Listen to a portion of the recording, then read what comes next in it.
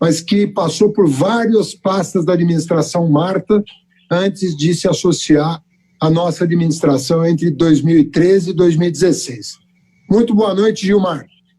Boa noite, Fernando. É um prazer estar aqui com você, conversar com o seu pessoal. E para mim foi uma grande honra servir o seu governo na cidade de São Paulo. Você que foi um excelente ministro da Educação e também foi um excelente prefeito. Gilmar, vamos falar muito da cidade, vamos falar um pouquinho do PT, vamos falar da conjuntura nacional. Vou dividir em 3 blocos aí para a gente passar 40, 50 minutos juntos. Eu espero que a gente consiga passar pelos problemas principais e a gente pode também repetir daqui umas semanas um outro programa como esse, porque a campanha vai ser longa, nós vamos ter muito tempo para discutir. Mas eu queria, primeiro, te apresentar para o grande público, porque você já foi deputado federal, você já foi secretário municipal por 8 anos, você é das poucas pessoas que eu conheço que conhece São Paulo a palmo, não é a metro, não é a palmo. Já cuidou de cada cantinho dessa cidade, já foi secretário de subprefeitura, já foi secretário de várias pastas, Casa Civil, transporte, enfim. Você, não só pelos 8 anos de governo municipal, mas também como deputado, apresentou várias propostas no campo da mobilidade urbana, da sustentabilidade, tem uma agenda moderna na cabeça, uma visão de cidade moderna. E eu queria que as pessoas tivessem a oportunidade de conhecer esse teu trabalho e por que você foi escolhido pelo PT para nos representar nas próximas eleições. Então, eu vou começar, evidentemente, para aquilo que te marcou a vida. Você é mestre pela Escola Politécnica da USP, você faz, não sei se já concluiu, mas está prestes a concluir o doutorado na Politécnica da USP, também na área de mobilidade urbana. Você foi secretário, você talvez seja o secretário que mais tempo tenha ocupado a pasta dos transportes na cidade e é reconhecidamente o artífice de propostas que ganharam o país. Vou citar algumas delas para que as pessoas tenham noção do legado que você deixou para a cidade de São Paulo. Praticamente, corredores de ônibus, faixas de ônibus, ciclovias, moderação da velocidade, bilhete único, passe livre, tudo isso, para citar algumas iniciativas, saiu da secretaria quando você era o titular. Então, você efetivamente garantiu para o trabalhador e para o estudante dessa cidade conquistas que estão na memória. Óbvio que isso é associado a ora a Marta, ora o Haddad, mas o fato é que o secretário era você. E a gente sabe que a decisão política ela é uma parte muito importante da administração. Mas a implementação técnica, ela faz parte da política. Porque se a política não tiver o braço operacional, ela não se realiza, ela não se concretiza. Então, minha primeira pergunta é no sentido de você apresentar esse que é talvez o teu maior cartão de visitas, que é o seu legado na área de transportes. Como é que você começou a pensar o transporte a partir desse viés coletivo, da cidade sustentável, do direito ao transporte público de qualidade, do direito do trabalhador a consumir menos da renda dele com transporte para sobrar dinheiro para uma alimentação melhor, para o lazer, para a cultura, para a educação? Como é que você entra nesse mundo do transporte? Então, Fernando, eu cheguei rapidamente, vou fazer uma introdução. Eu cheguei em São Paulo com 13 anos, tá certo? E comecei a minha vida social na cidade, na periferia da cidade de São Paulo, na Zona Sul, na Capela do Socorro, em SEBS, Comunidade Eclesial de Base. Tinha um padre lá bastante progressista e logo em seguida a gente entrou no PT em 81. E aos 14 anos, é o meu registro de carteira, 1º de julho de 78. E comecei a trabalhar com 13 anos, só que naquela época não podia ter registro com 13 anos. E a partir daí, com o surgimento do PT, a gente foi digamos, aquela evolução, o processo da democratização do país e as disputas políticas na cidade de São Paulo, o movimento contra a carestia, as greves que aconteceram na época do Maluf, teve o assassinato do Santos Dias da Silva lá na Silvânia, na Avenida Sabará. Essa evolução, eu acabei me tornando presidente do PT, deputado estadual, e aí a Marta ganha a eleição, e a primeira secretaria que eu fui, Fernando, foi de abastecimento. E lá foi a primeira prova de fogo que eu tive, tá certo? Sem experiência nenhuma no executivo, tá certo? Era o meu primeiro mandato de deputado estadual, fiquei só 2 anos, fui para o executivo, na Secretaria de Abastecimento, e eu fui visitar na hora do almoço, uma escola de latinha no Paraisópolis. A escola chama ainda, Fernando Haddad, Paulo Freire. Tinha quase 2.000 crianças. Eu cheguei na hora do almoço e as crianças estavam comendo bolacha seca. E naquele momento eu fiquei assim, eu falei, não é possível que isso, eu sou responsável. Eu sou o secretário de abastecimento, eu sou responsável por isso. Não dá para acreditar. Era quase 1 milhão de crianças. Eu cheguei na época para a Marta e falei, Marta, nós temos que resolver esse problema. Não dá para as crianças ficarem sem comida na escola. Aí ela falou, não tem dinheiro. Não tem dinheiro porque era a gestão do PITA, né? A cidade estava assim, arrasada. E aí eu falei, faz o seguinte, tem um contrato do Leve Leite, eu vou reduzir esse contrato por 25%, que é o que a lei permitia na época, e permite até hoje, né? A lei de licitação. Eu vou manter a quantidade e vou reduzir em 25%. Se esse dinheiro ficar comigo, posso implantar? Não, pode. Foi aí que eu juntei. Escola de latinha. Eu nunca vi assim, não dá para fazer, Fernando. Era assim, é própria da administração pública, e você foi prefeito, sempre assim, não dá para fazer, precisa de funcionário. E era assim, não dá para fazer. Escola de latinha, não tem cozinha, não tem funcionário, não tem estrutura, tal, não sei o quê. Enfim, nós implantamos almoço e janta na escola.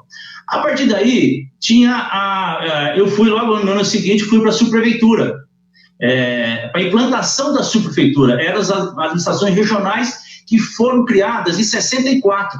Então, a estrutura da prefeitura no território era muito arcaica, velha, viciada, clientelista. E aí a prefeita, na época, a Marta, pediu para que eu implantasse a subprefeitura da cidade de São Paulo.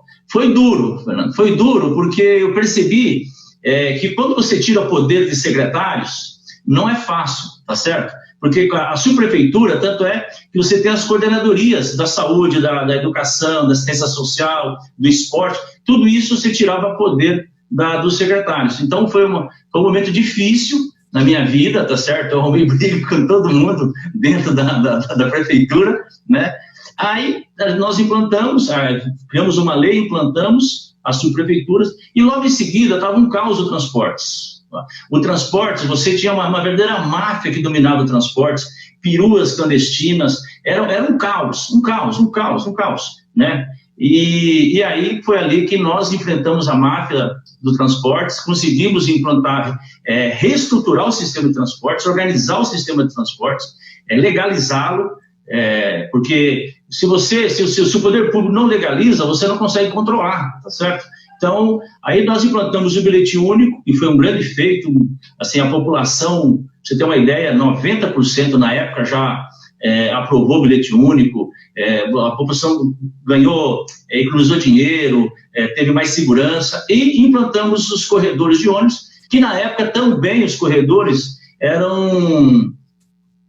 teve, assim, várias manifestações contra os corredores de ônibus. Eu lembro que na Rebouças, você tinha faixas e faixas naqueles prédios, a população, os moradores contra os corredores de ônibus, que falava que poluía, enfim, e a lei na época... Exatamente o contrário, né? Então, e a lei na época, ela falava que se você fizer um corredor de ônibus, você tem que fazer compensação ambiental. Olha só a contradição, né? E já naquela época, eu já recebia muito... Eu não, na verdade, é o prefeito, né? Prefeito, e você recebeu muitos editorais, tá certo, em relação a isso, contra o bilhete único, contra os corredores. Então... Teve editorial contra bilhete único? Isso eu não lembrava. Teve. Contra o bilhete único, corredores, que eu lembro, teve editorial também... Eu tive mais de 600 editoriais contra mim. 600. Aí nós... Contra a ciclovia, contra tudo. Contra a Praça Wi-Fi, contra a Parklet, contra a Paulista Aberta, contra tudo. A Paulista Aberta. Então, essa coisa de editorial dos jornais, assim, a gente está acostumado, tá certo? E aí, Fernando, depois encerrou, né, aquele ciclo, né, do governo da Marta. Eu me elegi deputado federal por 2 vezes. Eu peguei o segundo ano do governo Lula, que foi um ano maravilhoso, né? O segundo, então, do Lula, né? Uma popularidade, enfim, era fantástico, tá certo? E o primeiro da Dilma. E eu fui líder fui presidente da Comissão de Desenvolvimento Econômico, lá na Câmara Federal, e depois líder da bancada. Aí você ganha a eleição, você me convidou para voltar para a prefeitura. Eu confesso que achava que um ciclo meu estava se encerrando, já tinha encerrado na cidade em relação a, né, ser secretário, né? Mas aí foi um outro desafio, porque eu falei, vai ser mais calmo, vai ser mais tranquilo, principalmente na área do transporte, né? Mal você sabia. Quis o destino que começaram aquelas manifestações, né, dos estudantes do Passe Livre, e que depois se tornou um movimento... eu diria, assim, quase que fascista, viu, Haddad, viu, Fernando? Porque é o seguinte, eu tô acostumado sempre de participar de movimento social, mesmo contra mim, o pessoal de moradia, da educação, da saúde. É comum, lá no Congresso Nacional, você tem manifestação de todo tipo, e quando você é governo, é contra o seu governo, é contra o seu partido, tá certo? Então, eu sempre transitei no meio desses movimentos, tá certo? E aqui em frente à prefeitura, eu ia da Secretaria de Transporte até o seu gabinete e passava no meio, tá certo? E comecei a perceber uma hostilidade muito grande, muito agressiva, assim, uma coisa muito... uma violência física, tanto é que eu comecei, não passava mais no meio daquele pessoal, né? E aí que eu percebi que realmente era o ovo da serpente, estava brotando uma coisa esquisita que não tinha nada a ver com reivindicação dos estudantes, com uma coisa mais social. E ali desencadeou, portanto, desde 2013, toda aquela movimentação, que culminou depois com essa movimentação do golpe da Dilma, tá certo? Eu acho que começou lá, viu, Fernando? A própria mídia, eu lembro muito da grande imprensa, principalmente rádio e televisão, inflamando assim a população, insuflando para a população, tem que quebrar mesmo, sabe? Eu lembro do Datena falando, tem que quebrar mesmo. Então, foi ali. Mas mesmo assim, sob o seu comando, nós conseguimos fazer bilhete único mensal, bilhete único semanal, bilhete diário. Nós conseguimos fazer 400 quilômetros de faixa exclusiva de ônibus, que era 12 quilômetros por hora a velocidade, né, do ônibus. A gente conseguiu atingir 22 quilômetros por hora, sabe? Então, um aumento assim de quase 100%. E nós, o passe livre do estudante acabou acontecendo com o seu governo, e as linhas noturnas nós fizemos, nós organizamos o transporte de carga, que ninguém fala, tá certo? Cargas perigosas, regulamentamos o aplicativo, que hoje, inclusive, está organizado nas cidades, esses aplicativos, a prefeitura, inclusive, arrecada recurso com isso, e fizemos as ciclovias, e fizemos a Paulista Aberta. Então, tudo isso evidente que você apanhava mais do que eu, porque você era o prefeito, né? Mas com muita determinação, com muito planejamento, a gente tinha assim muito claro para quem a gente estava governando, né? Imagina se não fosse essas ciclovias, imagina se não tivesse essas ciclovias, o que estaria acontecendo com essa juventude que estão aí trabalhando nesses aplicativos, tá certo? A redução de velocidade que você falou, tudo isso sem a benevolência da grande, assim, da grande imprensa na cidade, tá certo?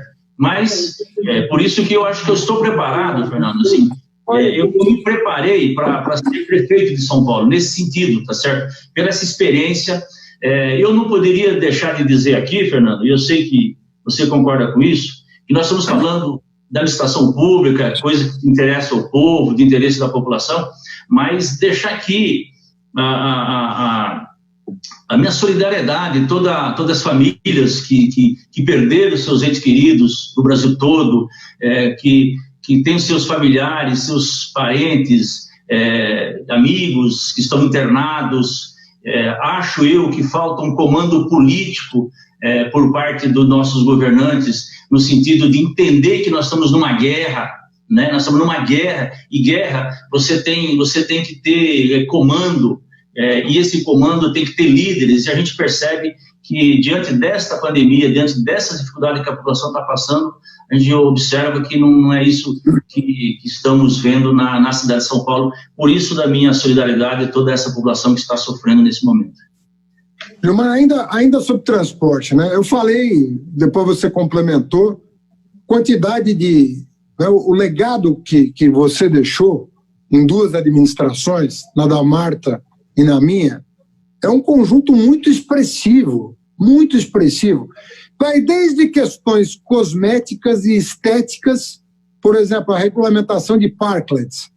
É uma coisa para deixar a cidade mais leve, mais humana, as pessoas não ficarem de pé na calçada aguardando uma mesa no restaurante, poderem se confraternizar, até coisas muito pesadas do ponto de vista da implementação, que, por exemplo, o bilhete único, o trabalho que deu, os corredores, o trabalho que deu. Então, passando por aplicativo, passando por ciclovia, nós fomos de A a Z e ganhamos, inclusive, um prêmio internacional muito importante, que foi muito pouco divulgado aqui. É engraçado que quando o PT governa, o transporte público avança. E quando o PT está fora do governo, para tudo. As coisas parece que abre um parênteses na vida da cidade que não acontece nada. Nem a imprensa cobre, nem o prefeito governa, nada, não acontece nada. Esperando o PT voltar para retomar o que já estava fazendo. O que você sinalizaria para o futuro do transporte público na cidade de São Paulo? Gilmar Tato, prefeito, quais são as linhas gerais que você pretende adotar no seu plano de governo? Você ainda vai ter tempo de apresentá-lo na televisão e tal, mas dá umas pistas aqui para quem está te ouvindo.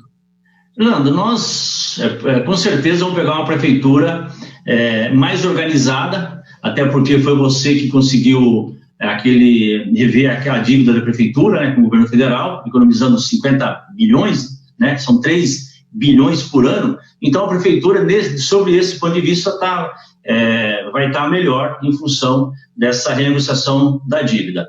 Mas, por outro lado, a população vai estar mais empobrecida, tá certo? Já estava acontecendo isso, né, pós-Lula, com o Temer e agora o Bolsonaro, o aumento do desemprego, e agora com essa pandemia, então, você vai ter uma situação muito difícil para a população, principalmente da periférica. E nesse sentido, Fernando, nós temos que evoluir nessa área do transporte, ao meu ver. Eu defendo que nós temos que implantar a tarifa zero de forma gradual, progressiva, tá certo? Você fazer, primeiro, uma política de não aumentar a passagem. Nós vamos ter que, não tem como você aumentar a passagem na cidade de São Paulo, em função que você tem, quem está pagando a passagem de ônibus é a população mais pobre da cidade, tá certo? E tem levantamento disso. Então, nós temos que estancar a questão do aumento da passagem. A segunda, você pode fazer de forma gradual. Você faz aos domingos, de madrugada, aos sábados, no feriado, eventualmente às segundas-feiras, para quem precisar ir lá pagar uma conta ou eventualmente procurar um emprego. Então, não tem como mais a cidade de São Paulo e o país. O sistema de transporte, Fernando, está entrando em colapso no Brasil todo, tá certo? Em função disso, nós temos que buscar a grande pergunta, sim, mas e fonte de financiamento disso? Eu vejo como quatro fontes de financiamento assim, que poderiam ser feitas. A primeira é continuar o subsídio. Não tem como, tá certo? A população tem que pagar para garantir um transporte de qualidade. A segunda, você pode, aquela proposta que você fez da CID municipal. O Congresso vai ter que aprovar uma lei dessa, permitindo que as prefeituras possam implantar a CID municipal. A terceira, esses aplicativos que foram implantados no seu governo, já tem, parece que tem R$500 milhão já que é arrecadado todo ano. Então, nós temos que pegar esse recurso, que é o transporte individual, ele é público, mas individual, você transportar para a tarifa zero, tá certo? E a outra é o Vale Transportes, ele ser universal. Você sabe que o Vale Transportes, hoje o empregador só dá o Vale Transporte para aqueles que efetivamente usam o sistema de transporte público. Não, tem que ser universal. Todos os trabalhadores têm direito a receber o Vale Transporte. Se ele não pegar o ônibus, esse dinheiro fica num fundo, tá certo? E esse fundo ele serve para subsidiar o transporte público. Porque o transporte está lá, a infraestrutura está lá, o corredor está lá, o ônibus está lá. Então, não tem sentido. Se ele não usa ou não é um problema do poder público, né? E a minha proposta é que aqueles 6% que o trabalhador paga, que é descontado do salário dele para ele usar o Vale Transporte, que a gente tinha que eliminar isso. Porque quem ganha acima de R$3.300, os 6% já não vale a pena mais ele pegar o Vale Transporte, tá certo? Porque só os 6% de desconto já é o total do preço da passagem. Então, você tem também as operações urbanas, você tem que criar mecanismo, fazer um reestudo sobre a questão do IPTU progressivo. Quer dizer, o quarteirão lá do Dória tem que proporcionalmente ele paga menos IPTU, né, que uma casa da periferia, simples da periferia. Então, são mecanismos que nós podemos, assim, fontes de recursos que a gente pode eventualmente buscar, tá certo? E eu acho que nessa área do transporte vai ser a grande revolução. Eu estou estudando, Fernando, eu não descarto a possibilidade de a gente criar uma empresa pública que opere, entendeu? Evidente que não dá para fazer isso, né? Não se trata de estatizar, não tem sentido, porque tá certo? Mas eu tô achando que está na hora da gente criar uma empresa pública modelo, que do ponto de vista um combustível não poluente e que seja um exemplo mesmo de operação na cidade, quem sabe para até poder você fazer comparações em relação de quem está operando na cidade, entendeu? Só algumas ideias que a gente tem e que, evidentemente, que eu quero conversar muito com você sobre isso, né? Você não vai escapar, não, hein?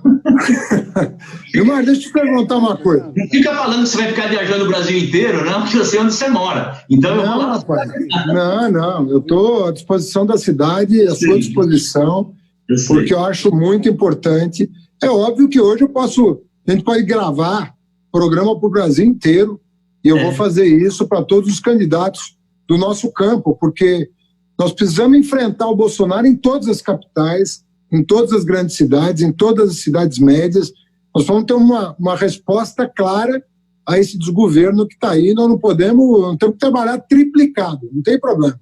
Se a gente tiver que virar à noite para fazer mensagem positiva, de esperança, de união nacional contra o que está aí, nós temos que fazer. Mas eu vou falar de outro caso particular e delicado. O transporte, eu estou tranquilo com você, porque você vai sobrar na Prefeitura de São Paulo. Aliás, 4 anos que não acontece absolutamente nada de bom no transporte público de São Paulo. Ao contrário, o que houve foram cortes de direitos, tanto de trabalhadores quanto de direitos dos estudantes. Mas o que eu queria te perguntar é sobre agora, Gilmar, sobre a questão da saúde. Porque é um tal de isso, aquilo, assim, o que eu estou vendo é que eu estou vendo até boa fé da Prefeitura e do Governo do Estado em querer ouvir os cientistas, os infectologistas, os sanitaristas. Agora, essas medidas estão sendo tomadas no atropelo, uma hora é uma coisa, outra hora é outra coisa. Eu mesmo que estou acompanhando aqui, eu fico imaginando o trabalhador. Abre o jornal, uma hora tem rodízio, outra hora não tem rodízio, uma hora tem bloqueio, outra hora não tem bloqueio, outra hora tem feriado, outra hora não tem feriado. Você acha que a gestão, volta a falar, não estou nem falando da intenção, que parece que está sintonizada com com a ciência, com os médicos e tal. Mas você acha que a gestão não está um pouco confusa na cidade de São Paulo? Então, eu concordo com você que eles têm se esforçado no sentido de procurar atender a população, mas o problema é que eles não entendem, assim, eles não têm a sensibilidade social. É isso que nos diferencia deles, do Dória e do Covas. Segundo, não existe coordenação política para atender a população, tá certo? E eu lembro que quando tinha as enchentes na cidade de São Paulo, você chamava todos os secretários, principalmente da área que tinha a ver, e era coordenado inclusive pela vice-prefeita na época, Nádia Campeão, e você montava um comando de combate às enchentes para que não ficasse gente boiando, carro boiando, e que as pessoas não caíssem dos morros, das encostas, tudo. Nesse caso, não tem comando, não tem coordenação política por parte deles. Então, por exemplo, hoje nós temos uma situação de os leitos já com 91%, né, já preenchidos, correndo o risco de entrar em colapso. Ao invés de fazer, tudo bem, está certo fazer um hospital de campanha no Pacaembu, mas por que não faz na periferia? Por que não faz lá em Interlagos, na Zona Sul? Por que não usa Itaquerão, que o Corinthians já ofereceu para fazer lá no Itaquerão? Por que não usa o Campo de Marte, ou na Zona Norte, na Zona Oeste, principalmente na região da Brasilândia, que é o maior da cidade? Eles faz um rodízio, um mega rodízio da cidade de São Paulo, aonde é uma quarentena do carro, joga a população para ir para o transporte público e reduz a frota em 50%. Não higieniza a frota. Então, eles não têm essa sensibilidade. Por exemplo, as crianças estão em casa, Fernando, e eles não garantem alimentação para as famílias dessas crianças e essas crianças, tá certo? Então, você sabe que o prefeito tem um poder de articulação muito grande, de envolver os empresários, envolver a sociedade civil, os movimentos sociais, as entidades, tudo, para garantir a alimentação para todas essas pessoas, tá certo? Mesmo quem está em submoradia, em cortiço, na beira de córrego, por que não usar os equipamentos da prefeitura neste momento de guerra, você instalar barracas, onde a pessoa fica em abrigos, e ao mesmo tempo possa ter uma alimentação. Então, só na área do transporte já foram 3 mudanças, tá certo? Foram 3 mudanças. A primeira, pediu a população ficar em casa, ela ficou. Aí, à medida que eles fizeram, reduziram a frota. A segunda, trancaram as grandes avenidas e impediram, inclusive, que os profissionais que precisam trabalhar na área de alimentação, na área da saúde, na área de transporte, na área da limpeza urbana e também da limpeza dos hospitais, eles impediram, não tinha nenhuma uma organização nesse sentido. No rodízio, nesse mega rodízio, Fernando, lá no fundão da Zona Sul, em Parelheiros, você tem uma rede de solidariedade lá de empresários grandes inclusive, que eles colocaram à disposição, além de doar os alimentos, eles colocaram à disposição a frota, os veículos deles, para rede de supermercado, para poder fazer a cesta básica para dar lá para o pessoal. No mega rodízio, a CT não permitiu que os caminhões circulassem, entendeu? Então, é uma coisa assim, não tem sensibilidade, eles não conseguem, não tem comando, não tem coordenação política. Por isso que, e ao mesmo tempo, como é que a população fica em casa, e tem que ficar em casa, porque realmente para você combater esse inimigo, o jeito de você combatê-lo, que ele morre de medo, é justamente você ficando quieto, tá certo? Não é saindo de casa, mas ao mesmo tempo você precisa dar condições para as pessoas ficarem em casa, porque é impossível. Se a pessoa não tem dinheiro, não tem alimento para dar para o filho, é evidente que a pessoa vai sair para a rua, tá certo? Então, é isso. Tem boas intenções, mas eles não têm essa capacidade de articulação política. O mega rodízio que foi feito na cidade de São Paulo, você acha que é possível, você que se relacionou com o governador na época, você acha que é possível fazer um mega rodízio desse sem combinar com o secretário de Transporte Metropolitano? O secretário de Transporte Metropolitano ficou sabendo pelo jornal que estava tendo esse mega rodízio. Então, eles são muito atrapalhados, tá certo? E não entende de administração pública, ao meu ver, e não tem essa sensibilidade social que um governo do PT teria e tem. Acho que é isso que nos diferencia, sabe? Você vê, o Dória, quando assumiu a prefeitura de São Paulo, ele fez 3 medidas que é um absurdo. Ele reduziu o benefício do bilhete único, tá certo? De 3 horas para 2, e vamos lembrar, se a pessoa fica mais tempo no sistema de transporte, é porque essa pessoa mora muito longe. E se ela mora muito longe do centro de São Paulo, é onde está o pessoal mais empobrecido. Então, essa medida de redução foi um crime que ele fez em relação ao bilhete único. Ele tirou o passe livre dos estudantes, entendeu? Que é um absurdo que foi plantado no seu governo. E a terceira medida, que essa sim tirou o leite das crianças, certo? O leite, numa parcela das crianças da escola, ele tirou. Então, e essa política de privatizações que ele vinha fazendo, depois agora assumiu o Covas, continua, e ele está fazendo no governo do Estado, a população começa a perceber o quão importante a presença do Estado, né? Um Estado forte, um Estado que proteja, um Estado que dê assistência, mesmo em relação aos moradores em situação de rua, que é um problema grave na cidade de São Paulo, está crescendo cada vez mais. Nós temos que ter uma política específica para isso, que dê carinho, que dê cuidado, que tenha um repouso para essas pessoas, que tenha abrigo, que essas pessoas moradoras de rua possam efetivamente ficar junto, a mulher com o homem, o homem com a mulher, com o filho, com a filha, com o cachorro, né? Que tenha tratamento médico adequado para essas pessoas. Então, me parece que isso falta na cidade de São Paulo, principalmente num período do empobrecimento ainda maior da população, e a recuperação disso vai ser muito difícil, né? Você como economista sabe disso, que a capacidade de nós recuperarmos a economia, o emprego, a renda, é muito difícil com o governo federal que nós temos e com essa cabeça que tem aqui o governador e o prefeito. Por isso que, a meu ver, nós temos que implantar a renda básica da cidadania, projeto do vereador Suplicy, senador Suplicy, tá certo? Eu acho que nós temos que verificar os critérios disso, mas a população é a única renda que ela vai ter nos próximos anos. Eu acho que nós temos que implantar, Fernando, uma espécie de centro culturais por vila, por quarteirão na cidade de São Paulo. Você usar a chamada frente de trabalho, ou mesmo Bolsa Família, e você direcionar para a cultura.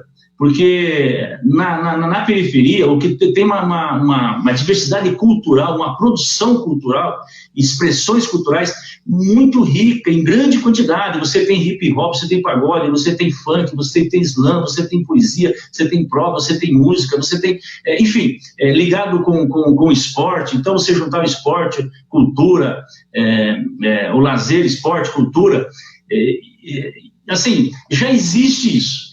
Eu lembro, como o carnaval de rua.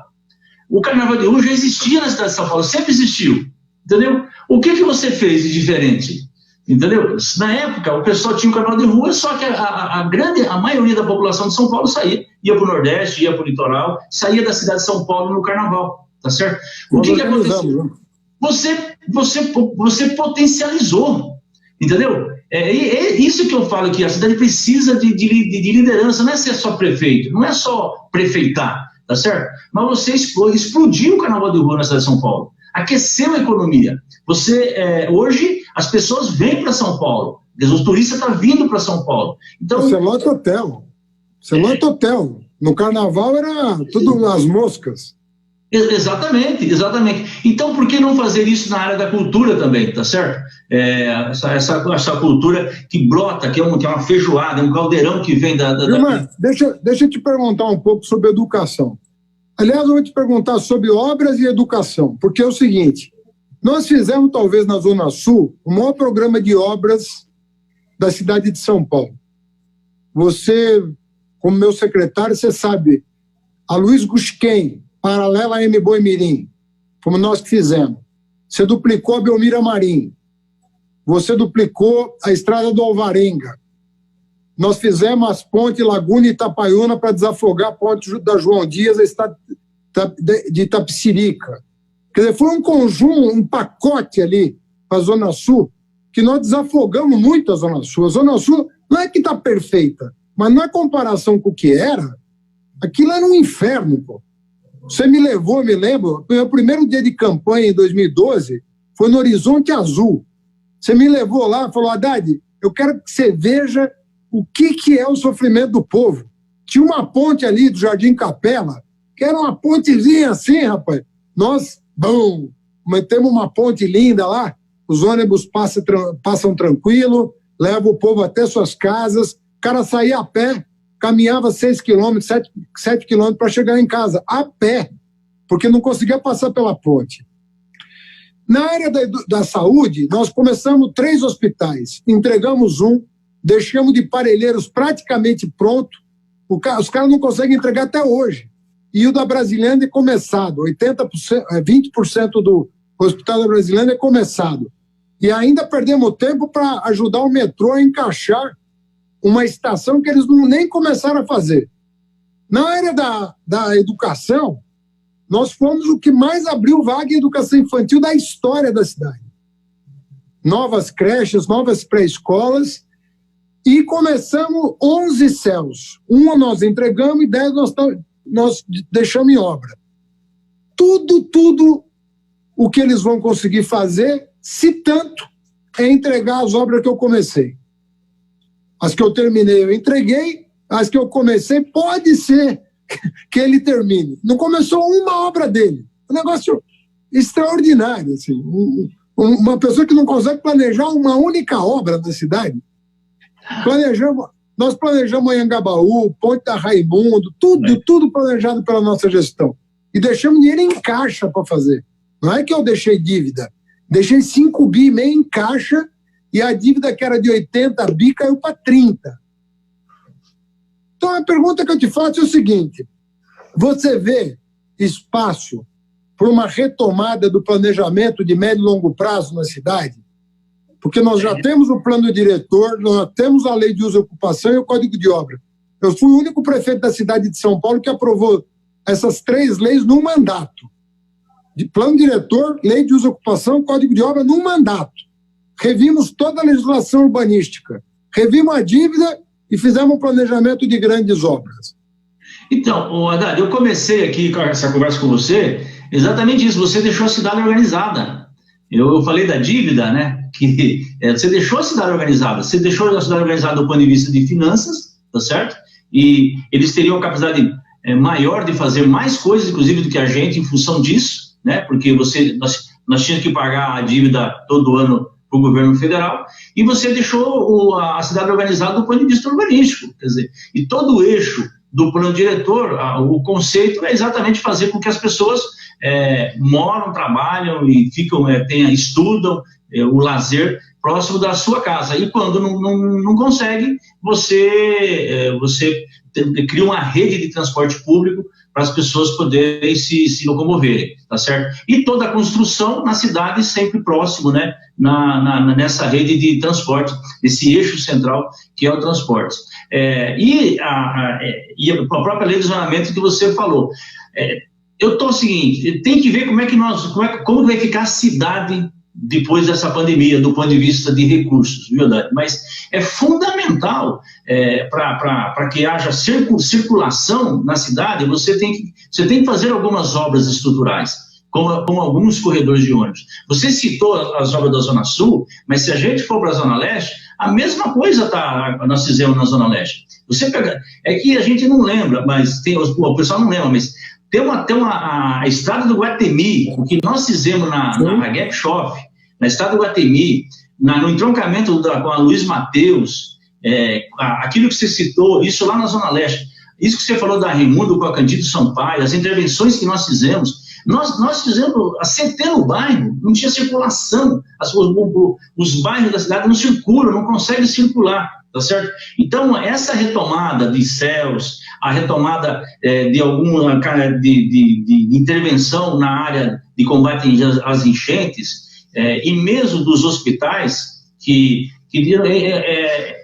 O mais difícil de você construir, construir um hospital, você sabe disso, por exemplo, de Parelheiros, não é um problema do recurso da obra, o problema é você conseguir a licença, o terreno e a licença ambiental, né, esse foi o grande feito. Depois fica mais fácil construir, né? E o hospital que você encampou, que você comprou ali na Santa Marina, Santa Catarina, que aliás minha filha nasceu nesse hospital, quando era privado, tá certo? Ele é fundamental esse tipo de... Agora a gente está sentindo, está percebendo a importância que tem esses equipamentos públicos. Eu estive com o Padilha ontem, sábado, sexta, ali em frente ao Hospital Sorocabana, entendeu? Que eu sei do esforço que você fez no sentido de pegar aquele hospital para a prefeitura, e a prefeitura não estava dando a área,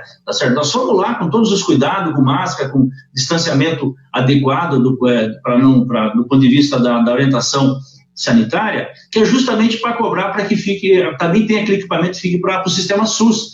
E qual é o problema do hospital de campanha? O hospital de campanha acabou a pandemia e desmonta. Tá certo? É como se fosse um dinheiro um desperdício pós, né? Agora é fundamental, tem que fazer. Mas quando você constrói um hospital, ele fica permanente na rede pública, tá certo? Uma coisa que você não falou, mas é verdade, a valorização do funcionalismo, que é o rosto do poder público, né, com a população, é fundamental. Olha esses profissionais da saúde, a importância que eles estão tendo, tá certo? Desde a limpeza até o médico, o enfermeiro, o pessoal, os motoristas do SAMU, entendeu?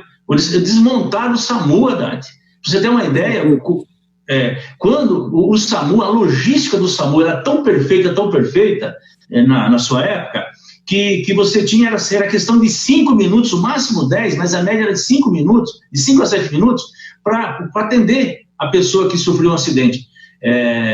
Tanto é que eu fui lá na central do SAMU para verificar essa logística, para como que ia ser quando quebrasse um carro numa rua, na avenida, para a gente ter uma logística para atender, para tirar rapidamente esse veículo da via, tá certo? Eles desmontaram o SAMU, entendeu? Então, são medidas, a ampliação que o nosso governo teve em relação à educação infantil foi uma coisa fantástica, entendeu? Então, é isso que eu falei, a impressão é que eles não perdem tempo para pensar a cidade e para governar a cidade e para fazer coisa.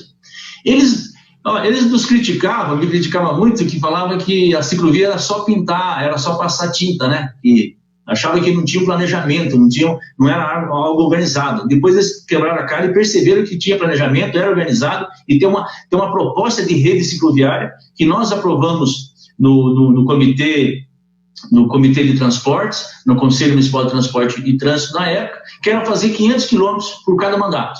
Você fez, tá certo? E nem estava no nosso plano de governo, não estava, tá certo? E agora eles não fizeram nem um quilômetro. Então, por quê? Porque é difícil, porque eles não trabalham com conflito. Aonde tem conflito, eles não mexem. E para você governar para aqueles que mais precisam, não tem jeito. Agora, a meninada que trabalha de bicicleta, entendeu? Quando a gente planejou isso, a gente sabia que ia ter um boom de transporte de bicicleta, sobretudo de entrega. Esses aplicativos aí de entrega, Rappi, sei lá o quê, Uber Eats, tá cheio de aplicativo de entrega. Essa molecada, para fazer um bico, eles trabalham de bicicleta.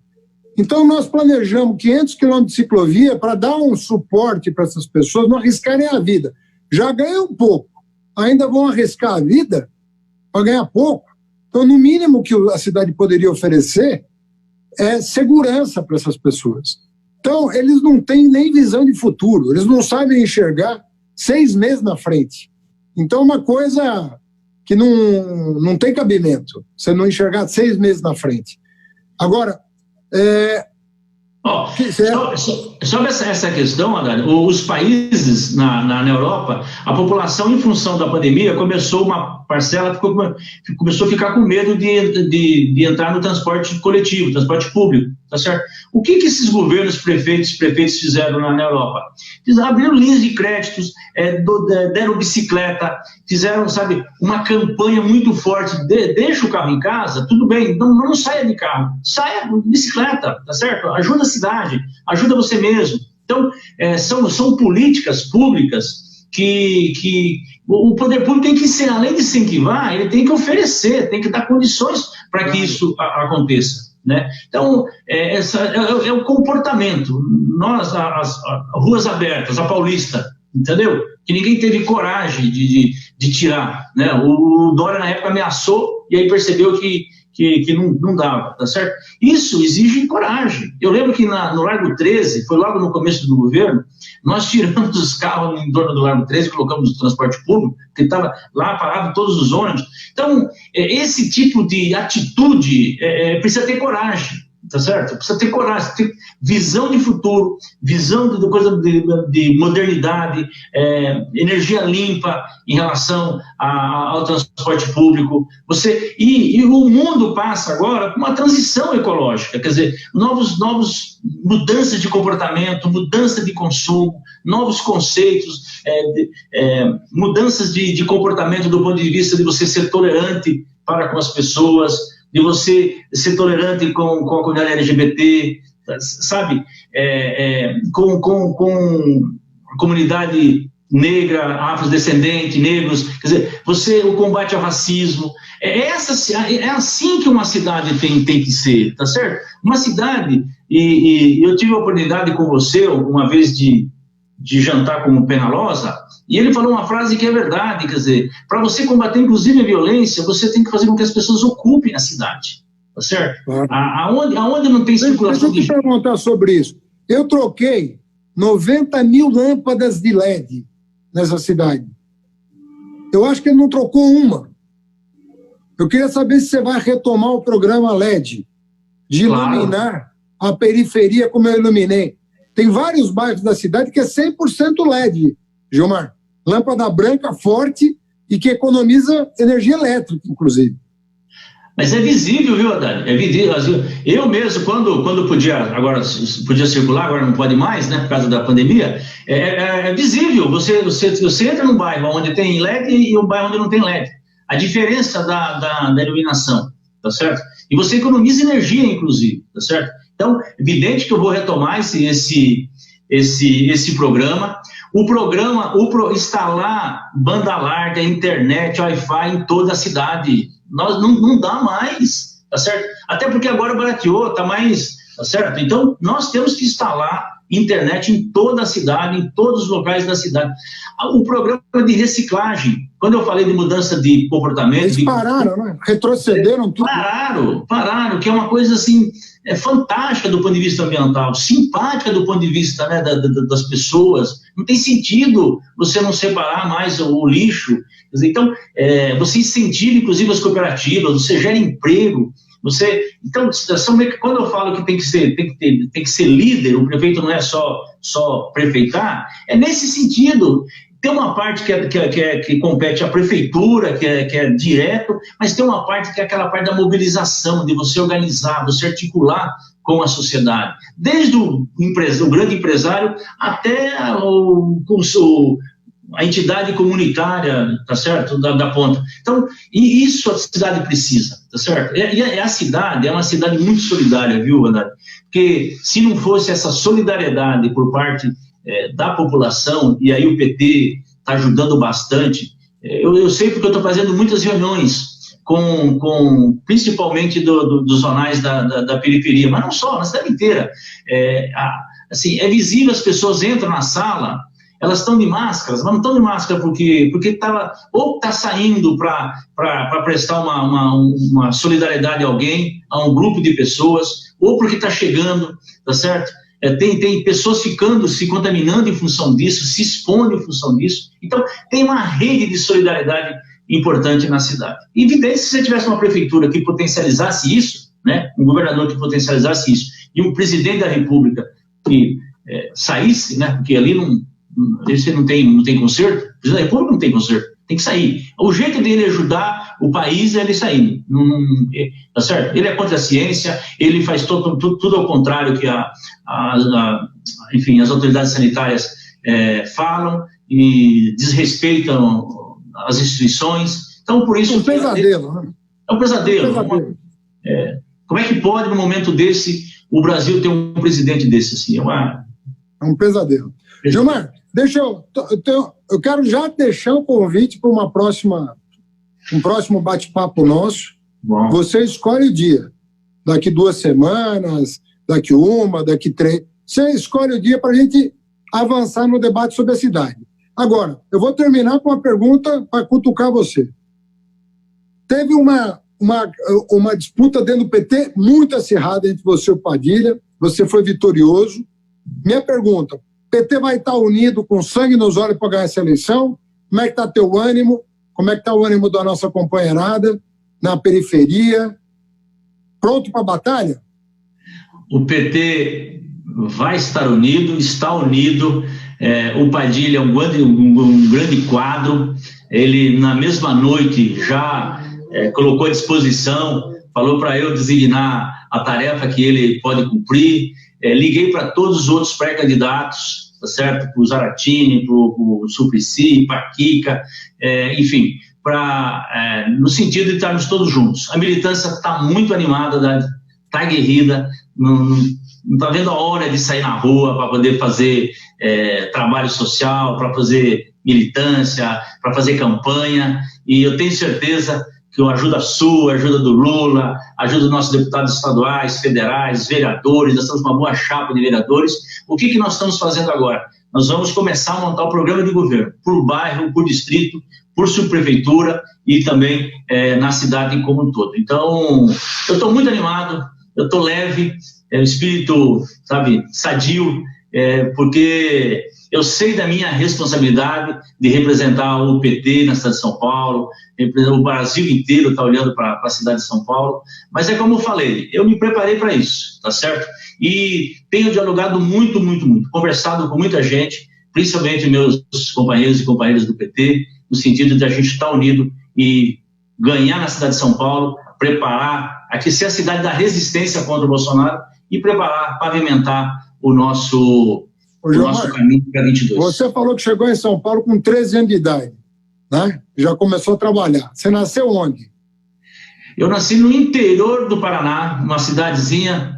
Para você ter uma ideia, eu nasci no Rancho Mundo. O Rancho Mundo pertence ao distrito de Corbélia. Corbélia pertence ao município de... Rancho Mundo pertence ao distrito da Penha. Penha pertence ao município de Corbélia. Corbélia é próximo de Cascavel, que é no interior do Paraná. Meus pais, meus irmãos, nós somos todos da roça, né? Somos uma família grande, e aí, na medida que os filhos iam estudando e iam crescendo, não tinha terra para todo mundo, né? E então, acabou vindo para a cidade. Eu fui a última leva, eu vim com meus pais para São Paulo. Meus irmãos vieram primeiro, tá certo? Nos anos 60, dos anos 70, e em 78 eu vim para São Paulo com meus pais. E será que o menino da roça de Corbélia vai ser prefeito de São Paulo? Vai. Sexta maior cidade do mundo? Vai, não tenha dúvida disso. Vai. Gilmar, muita sorte para você. Conta com esse seu companheiro aqui que vai estar 100% disponível para o que você precisar. Nós hoje conversamos com Gilmar Tato, pré-candidato do PT à Prefeitura de São Paulo. Toda segunda-feira, às 20 horas, na UOL-TV, nas redes sociais, a gente conversa com alguém que tem o que dizer, que tem uma mensagem de esperança para a nossa gente. Hoje foi o dia do Gilmar Tato. Se Deus quiser, vai ser o nosso prefeito a partir do ano que vem. Um abraço, Gilmar. Tudo de bom para você. Estamos na luta aí.